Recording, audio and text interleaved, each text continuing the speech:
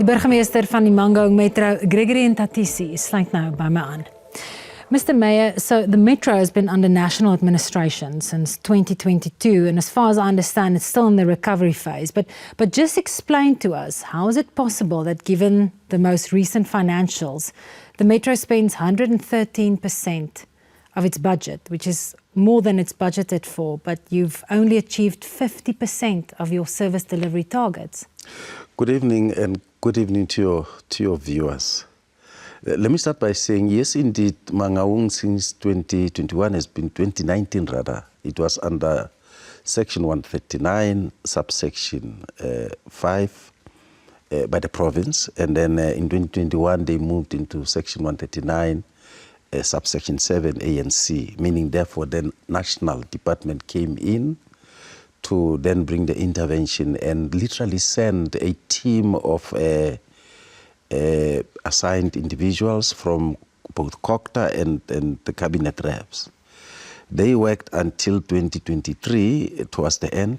That's when I came in to relieve them and to begin to establish the metro into what it should be. And I think we now have attended to what they left us with, which is financial recovery plan, which has got 4 critical cardinal points, one of them being governance, and second one being institutional stability, the third one being service delivery, and the fourth one being financial discipline or recovery. But 60% of the budget goes towards overtime, but only 2% of the budget is spent on maintenance. How is that justified?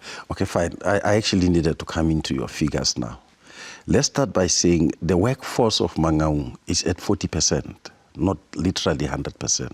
But why is that? That would be because we need to make sure that the financial recovery plan is realized and the metro becomes financially viable, because you can't have 100% of employees and the metro wouldn't have enough resources to recover. When I came in, the collection rate of the metro was around 43–47%.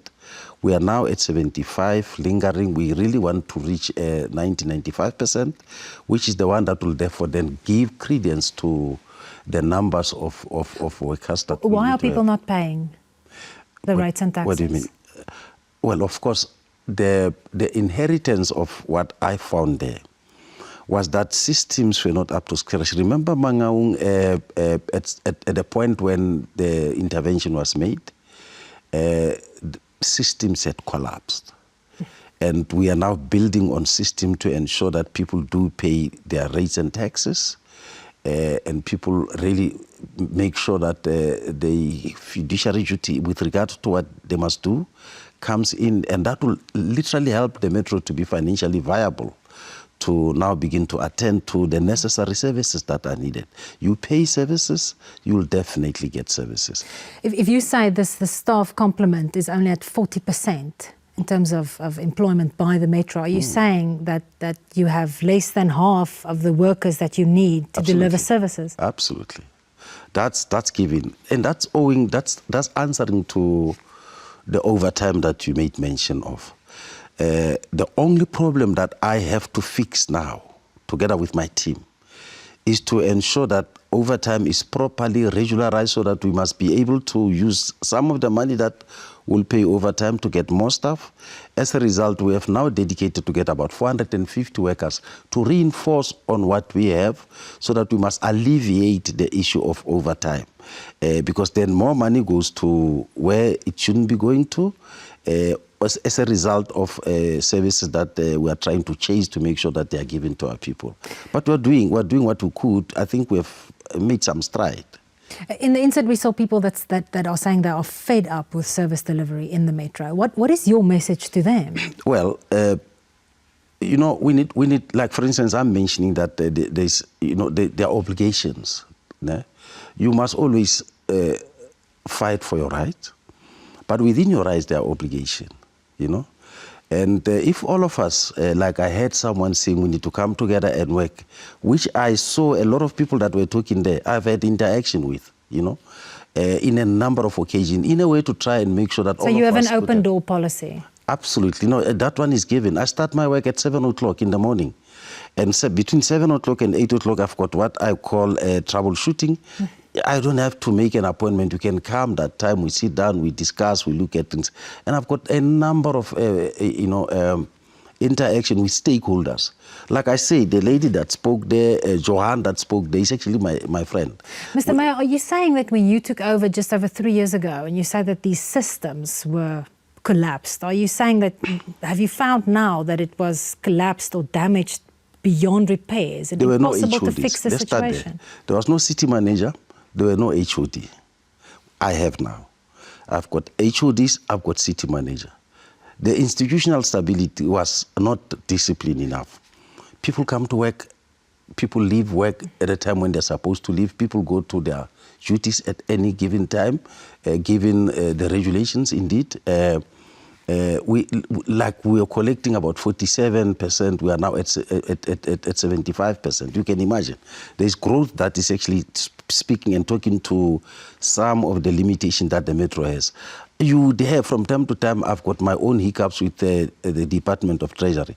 They are just on my neck to make sure that I attend to the UIFW, to make people account on the monies that were used irregular, unauthorized expenditure, wasteful, and this and that. We are doing that. And as a matter of fact, and I'm happy to welcome that we even have now the SIU that has been assigned by the President to come and help us to make sure that we cleanse the Metro. It's not only our Metro that has got problems, but we are up in arms to make sure that the accountability is the order of the day. Mr. Mayor, but your predecessors, the people that you say have collapsed the systems in the Metro, come from your party, the ANC. Have the party taken steps against them? Indeed, like I'm saying, some have gone through disciplinary processes, others are accounting to what they lost. I'm sure, and this is not a secret, I'm sure you have heard that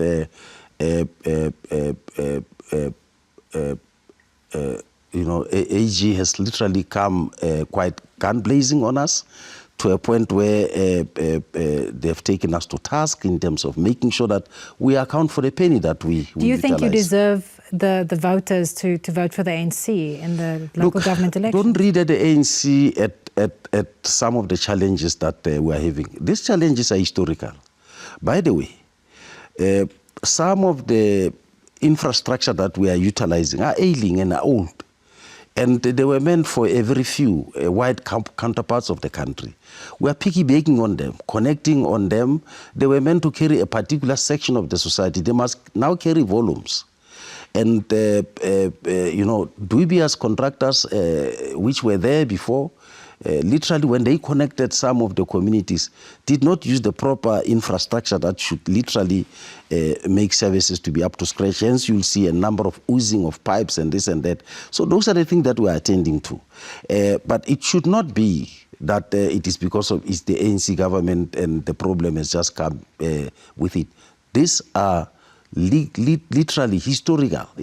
We are coming from a difficult past, and people must understand that we are fixing that, and we are making strides. Much more that has been given to our people by far supersede some of the challenges that we have, despite the fact that we need to attend to those challenges because our people have got rights, and their rights must be observed. But together, we need to know. And the culture of payment, by the way, comes from apartheid. It's not a culture that people don't want to pay. It's a culture that was used as a weapon to impact on the changing scenario of South Africa to be democratic. You need to now educate people to also learn to know that there are responsibilities and the people need to learn how to pay. Mr. Mayor, thank you so much for your time. The voters will have the final say in November. Thank you so much.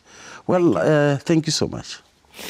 Net hierna bespreek ons die aanlyn aansoekstelsel om kinders in skole te plaas wat vir baie ouers in 'n nagmerrie ontaard het. Bly ingeskakel.